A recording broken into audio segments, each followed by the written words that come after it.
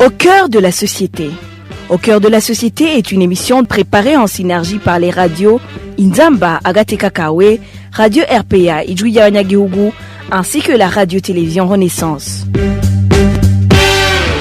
La problématique liée à la mauvaise conservation des denrées alimentaires a causé récemment la perte de plusieurs sacs de maïs pourris dans les stocks de l'Agence nationale de gestion du stock de sécurité alimentaire à Naguessa.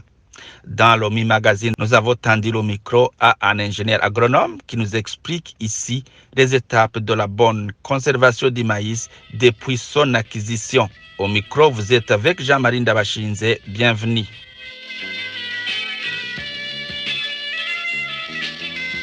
Selon les agronomes, la collecte des récoltes nationales demande un entreposage dans les bonnes conditions de conservation. Ingénieur agronome Eric Kabgati explique la première phase qui concerne la préparation. Comme ces maïs proviennent dans différentes origines, surtout auprès de la population, ça nécessite une autre préparation de nouveau, parce que conserver les maïs, ça demande de les sécher convenablement et de les trier. Donc, les sécher de nouveau et de les trier de nouveau, parce que ces maïs proviennent dans des coins différents. Le temps de séchage exigé pour conserver le maïs varie entre 10 à 12%, pour que les maïs ne se conserve pas de l'eau, parce que l'eau peut causer de la moisissure ou les virus, de ce que nous appelons communément la aflatoxine. Après la préparation du maïs, il faut impérativement préparer le stock qui va servir de stockage. En quoi consiste cette phase? Il faut nettoyer et désinfecter le hangar de stockage, que ce soit à l'extérieur que même à l'intérieur.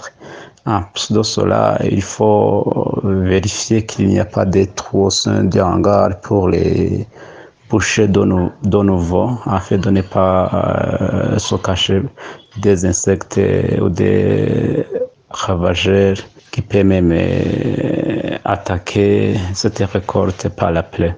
Il faut aussi que ce stock soit bien construit pour faciliter l'aération.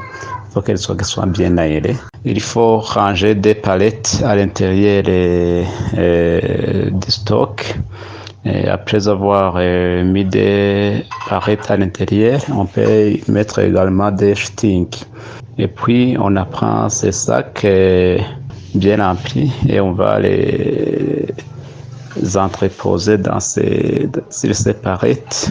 Et après avoir mis les sacs dans le stock, on fumigue directement sans toutefois attendre l'apparition de ces rongeurs, ces ravageurs, pour éviter que les œufs ou les larves qui se cachent à l'intérieur de ces grains de maïs ne puissent pas affecter les maïs dès le début du stockage. On enferme, on met des comprimés spécifiques pour tuer ces rongeurs et on enferme ces shittings et on laisse ces shittings pendant 5 ou 4 jours et après on ouvre les shittings pour que les maïs restent mieux aérés. Et on fait tous les 3 mois cette opération de fumigation pour éviter que ces parasites ou ces rongeurs ne puissent pas apparaître dans le stock. On peut même conserver le stock pendant plus même d'une année quand on suivit bien le stock. En même temps, il faut que le chargé du stock surveille tout le temps pour voir qu'il n'y a pas d'autres ennemis du stock qui puissent attaquer le stock. Mis en place par un décret présidentiel en mai 2018, ce projet Anagessa s'inscrit dans la droite ligne de la politique socio-économique du pays. Le projet consiste à éviter une mauvaise gestion des récoltes pour se prévenir contre la famine. Voilà, c'est ici que prend fin le mini-magazine. Jean-Marie Ndabashinze était à la présentation. Rendez-vous pour un autre numéro. Au revoir. C'était l'émission Au cœur de la société.